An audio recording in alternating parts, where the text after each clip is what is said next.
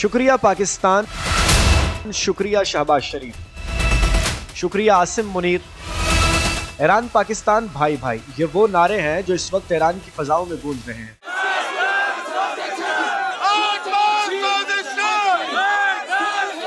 سفارتکاری کا شاہکار پاکستان نے ناممکن کو ممکن کر دکھایا۔ جہاں جنگ کے خوفناک شعلے بھڑکنے والے تھے، وہاں پاکستان نے امن کا پرچم لہرا دیا۔ الٹیمیٹم ختم ہونے کے کچھ گھنٹے پہلے جنگ کے بادل چھٹ گئے۔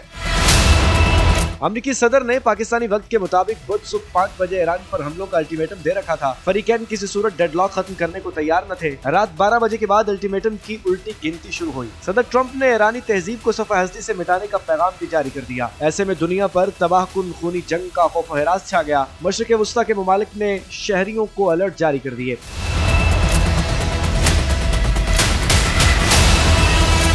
پھر وہ ہوا جس کا کسی نے نہ سوچا تھا۔ پاکستانی وزیر اعظم کا شاندار سفارتی قدم گیم چینجر ثابت ہوا۔ ایران پر امریکی حملوں کے 5 گھنٹے پہلے ایکس پر پیغام جاری کیا گیا۔ صدر ٹرمپ سے 2 ہفتے کی جنگ بندی کی درخواست کی گئی۔ ایران کو بھی خیر سگالی کے طور پر آبِ ہرمز کھولنے کا کہا۔ وزیر اعظم کی سفارتی دانشمندی کارگر ثابت ہوئی۔ وائٹ ہاؤس نے فوری طور پر شہباز شریف کی تجویز پر رد عمل دیا۔ کہا پاکستانی وزیر اعظم کا پیغام امریکی صدر تک پہنچا دیا ہے۔ اس دوران پاکستان بین الاقوامی میڈیا کی توجہ کا مرکز بن گیا۔ امن کی روشنی نظر آنے لگی۔ CNN نے لکھا، وزیر اعظم پاکستان کی درخواست کے بعد جلد اچھی خبر متوقع ہے۔ فیلڈ مارشل سعید عاصم منیر گفتگو آگے بڑھا رہے ہیں۔ ٹرمپ جنگ بندی پر آمادہ نظر آتے ہیں۔